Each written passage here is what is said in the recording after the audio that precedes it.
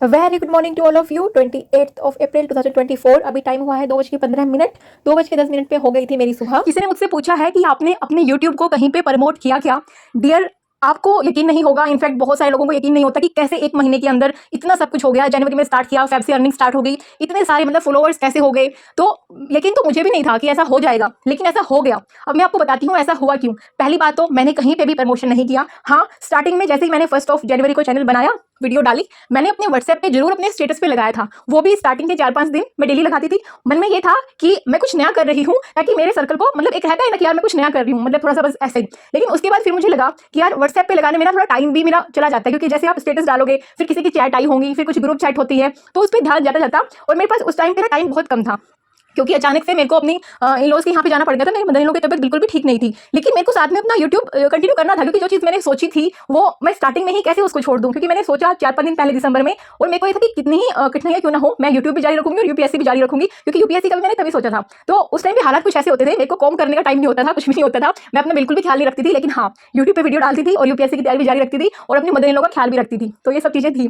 लेकिन बहुत अच्छी दुआएं मिलती है मेरे को मेरी मदर इन लॉ की तरफ से। जब वो मेरे को फोन पे बोलती हैं, और हमेशा जब भी मिलते हैं तब भी बोलती हैं कि बेटा तुमने मेरी जिंदगी बचा ली, तो मतलब एक अच्छा लगता है। तो ये बात मैं पता क्यों बता रही हूँ, क्योंकि किसी ने मुझे कमेंट किया था कि मेरी मदर इन लॉ की ना तबीयत खराब रहती है, और मेरे को ना उनका ख्याल रखना पड़ता है, मेरे को टाइम नहीं मिलता पढ़ाई के लिए।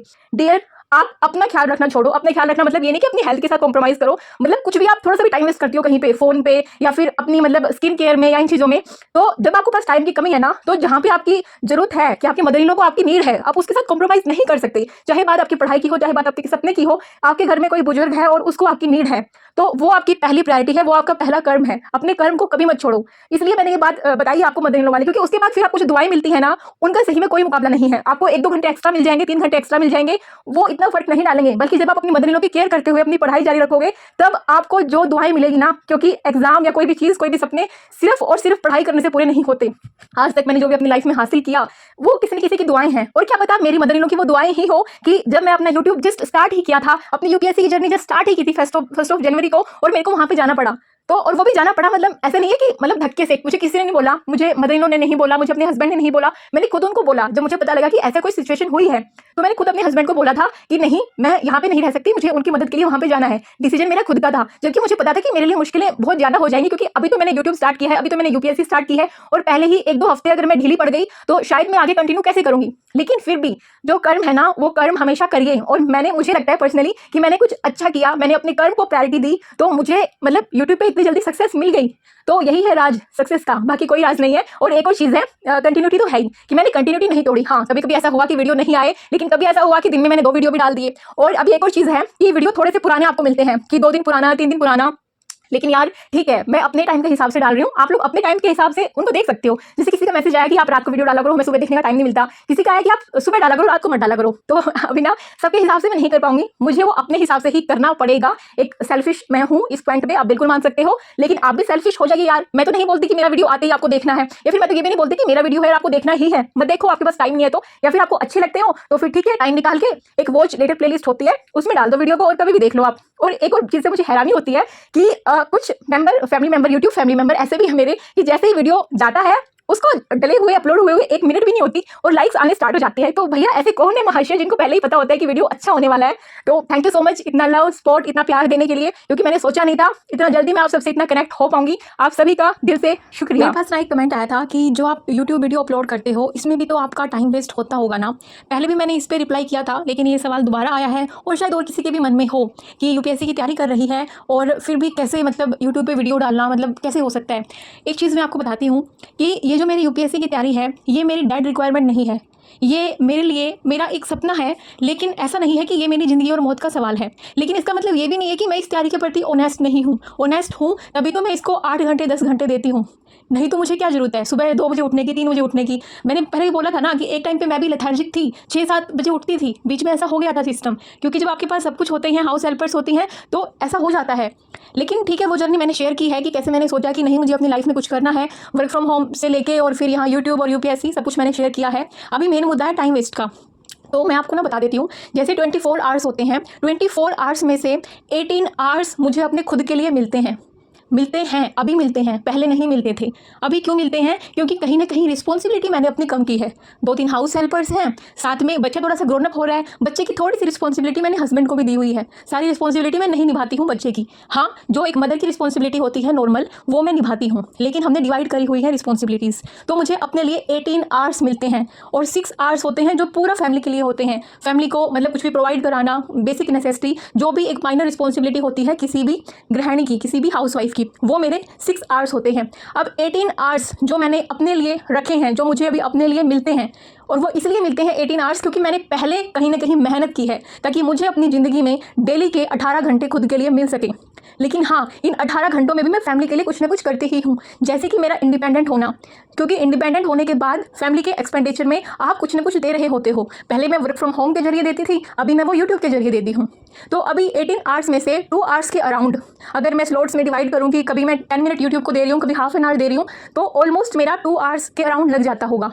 लेकिन एक चीज़ आपने देखी होगी कि मैं डेली के डेली जो व्लॉग होते हैं वो लाती तो हूँ, लेकिन वो 3-4 दिन पुराने होते हैं। उनका रीज़न भी यही है कि मैंने यूट्यूब को भी अपनी ज़िंदगी और मौत का सवाल नहीं माना है। इसको भी मैं अपनी एक सोसाइटी रिस्पॉन्सिबिलिटी की वजह से कर रही हूँ, क्योंकि मैंने खुद को अपनी सोसाइटी के प्रति रिस्पॉन्सिबल माना है कि जब मैं चीज़ें कर पाई लाइफ में तो कोई दूसरा भी कर सकता है।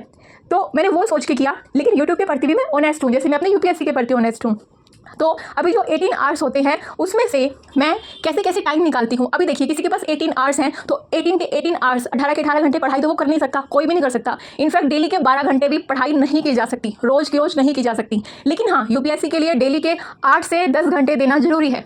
लेकिन किसी दिन 8 घंटे नहीं दे पाते तो फिर आपको हफ्ते में, महीने में किसी दिन 12 घंटे भी देने पड़ते हैं। लेकिन अगर आप डेली के 8-10 घंटे दे रही हैं तो आपका काम चल जाता है। पेपर के एग्जाम के पास में आप 12-14 घंटे भी दे सकती हैं, वो नेसेसिटी हो जाती है। वो यूपीएससी की नेसेसिटी है, किसी भी चाहे स्टेट सिविल एग्जाम हो उसकी नेसेसिटी है, वो इतने घंटे आपको देने ही पड़ेंगे, नहीं तो आपका सिलेबस ही पूरा नहीं होगा। तो और एक और बात आती है कि ठीक है, मतलब अब जब मुझे पता है कि 8-10 घंटे ही दे सकती हूँ, इससे ज़्यादा तो दे नहीं पाऊंगी, तो मेरे खुद के भी रूटीन होते हैं। मेरी 5 घंटे की रात की नींद होती है, वो इन 18 घंटों में है। 18 में से 5 गए रात वाले, 13 बज गए। 13 में से 9 घंटे पढ़ाई के निकाल दो। ऑन एवरेज मेरे 9 आवर्स होते हैं डेली, कभी 10 कभी 12, वो डिपेंड करता है कि बच्चे की छुट्टी है, हस्बैंड की छुट्टी है, या फिर मतलब ऑफ नहीं है, ऐसे करके। लेकिन मैं इसलिए 9 आवर्स ले रही हूँ एवरेज करके। तो 9 आवर्स माइनस कर देते हैं, 9 + 5 14। अभी 18 में से 14 गया, 4 बच गया। 4 में से 1 आवर मेरा रहता है जो मैं बीच बीच में नैप ले लेती हूँ 25 मिनट्स का। बेटे के साथ भी थोड़ा सा नैप ले लेती हूँ जब उसको सुलाती हूँ, वो वाला 1 आवर वो हो गया। अब 3 आवर्स बचते हैं। अब इन 3 आवर्स में कोई भी इंसान या तो फ़ोन लेके बैठ जाएगा और किसी की रील्स देखेगा या कुछ करेगा, टाइम पास करेगा, और ऐसा करते ही जनरली है ना हम लोग। लेकिन जो 3 आवर्स मेरे को जब भी मिलते हैं कभी भी दिन में, इन 3 आवर्स में मैं अपनी हॉबी परस्यू करती हूँ। लाइक मेरे को डांसिंग करना अच्छा लगता है तो मैं बीच बीच में वो कर लेती हूँ, अपनी एक्सरसाइज कर लेती हूँ। मेरा रूटीन जो होता है नहाना और सब, वो भी इसमें इंक्लूड होता है, और फिर यूट्यूब भी इसी में इंक्लूड है। जो आप लोग कुछ सोशल मीडिया, इंस्टाग्राम, फेसबुक, इन सब पे टाइम लगा देते हो, मैं इन पे नहीं लगाती हूँ। मैं वो टाइम अपना इस यूट्यूब में यूटिलाइज करती हूँ। अब इसके दो फायदे हैं। एक फ़ायदा कि मैं सोसाइटी के लिए कुछ कर पा रही हूँ, एक अच्छा मैसेज में दे पा रही हूँ कि हाँ भैया, हम कम घंटे की नींद में अपनी ज़िंदगी सुधार सकते हैं, हम किसी भी उम्र में अपनी ज़िंदगी सुधार सकते हैं, हम किसी भी उम्र में अपने सपने पूरे करने की ओर बढ़ सकते हैं, वो भी बिना एग्जाम के फेलियर के डर के। मुझे एग्जाम के फेलियर का डर बिल्कुल भी नहीं है। लेकिन किसी ने बोला था यूपीएससी करनी है लेकिन 1 साल के अंदर ही करनी है, क्या ऐसा पॉसिबल है? डियर, पॉसिबल है नहीं है, इस पर तो मैं डायरेक्टली कुछ नहीं बोलना चाहूँगी, लेकिन इतना जरूर बोलूँगी, इतनी डेड रिक्वायरमेंट नहीं देनी चाहिए। खुद के ऊपर कॉन्फिडेंस होना बहुत अच्छी बात है, खुद जी जान लगा के मेहनत करना भी बहुत अच्छी बात है, लेकिन कहीं ना कहीं ये प्रेशर रहता है ना कि 1 साल में करना ही है, 1 साल में करना ही है, तो वो प्रेशर एक अच्छी बात नहीं है। हाँ, एक पॉजिटिविटी आप में होनी चाहिए कि ठीक है भैया, हर कोई एग्जाम की तैयारी पास करने के लिए ही देता है, कोई फेल होने के लिए तो एग्जाम की तैयारी नहीं करता। लेकिन जो मैं अपना पर्सपेक्टिव बता रही हूँ, आप में से हर किसी के पर्सपेक्टिव अलग हो सकते हैं। मुझे ये था कि मैंने अपनी लाइफ में अच्छा खासा सब कुछ हासिल कर लिया, अभी बचा है तो सिर्फ एक ही लेवल बचा है, वो है इंडिया का सबसे टफेस्ट एग्जाम यूपीएससी, और फिर स्टेट सिविल सर्विसेज वाला एग्जाम। तो अभी ये इंडिया का टफेस्ट एग्जाम में से एक है, टफेस्ट एग्जाम है, तो फिर आप इसको इतनी डेडलाइन नहीं दे सकते हैं, पूरी तरीके से अनप्रिडिक्टेबल है। इसलिए मैंने 1 साल जो यूपीएससी को दिया था कि 24 से मैं तैयारी स्टार्ट करूंगी, 25 में मैं अटैम्प्ट दूंगी, और जो 25 में अटैम्प्ट होगा प्री का, तब तक 1.5 ईयर का मेरा ये प्रिपरेशन होगा, उसके बाद फिर आगे का प्रिपरेशन डिपेंड करेगा। लेकिन मैंने खुद को फ्यूचर प्लान दिया है कि ठीक है, यूपीएससी नहीं हुआ तो भी तैयारी कंटिन्यू रहेगी, मैं प्री दे के आऊँगी, मैंने प्लान कर रखा है, मैं प्री दे के आऊँगी। मेरे लिए मतलब मौज मस्ती तो मैं डेली, मतलब जो मेरी हॉबी है परस्यू करती हूँ, कभी घूमना फिरना कहीं पे होता है वहाँ पे जाते ही हैं, लेकिन मैं आते ही अपनी प्री एग्जाम देके अगले दिन ही मैं अपनी तैयारी जारी रखूँगी, और मैं अपने 2 अटैम्प्ट स्टेट पीसीएस को भी दूंगी। अब यूपीएससी को एक ही एग्जाम क्यों? क्योंकि मेरी जो एज क्राइटेरिया है वो आगे मीट नहीं करेगा, इसलिए 2025 मेरा पहला और आखिरी अटैम्प्ट होगा। तो जो भी ये सोचता है ना कि बस 1 साल यूपीएससी को, और 1 साल में सब कुछ हो जाए। यार खुद को इतनी डेड रिक्वायरमेंट मत दो। अच्छी बात है, अपना तैयारी उस हिसाब से करो कि ठीक है मैंने मतलब 1 साल के अंदर करना है सब कुछ, लेकिन खुद को मतलब इस प्रेशर में डालो कि यार नहीं हुआ तो फ्यूचर प्लानिंग पहले से करके रखो। इनफैक्ट मैं अपनी बात बताती हूँ कि जो 3 साल बाद, जिस मैंने 3 साल दिए हैं इसको कि 24 कैरी करूँगी, 25, 26 2 स्टेट पीसीएस का अटैम्प्ट दूंगी और एक यूपीएससी का दूंगी, लेकिन ये तीनों के तीनों नहीं हुए तो फिर भी उसके बाद का प्लान मेरे पास है। वो आपको 3 साल बाद ही पता लगेगा, अभी नहीं पता लगने वाला, लेकिन मेरे माइंड में वो बैकअप प्लान है।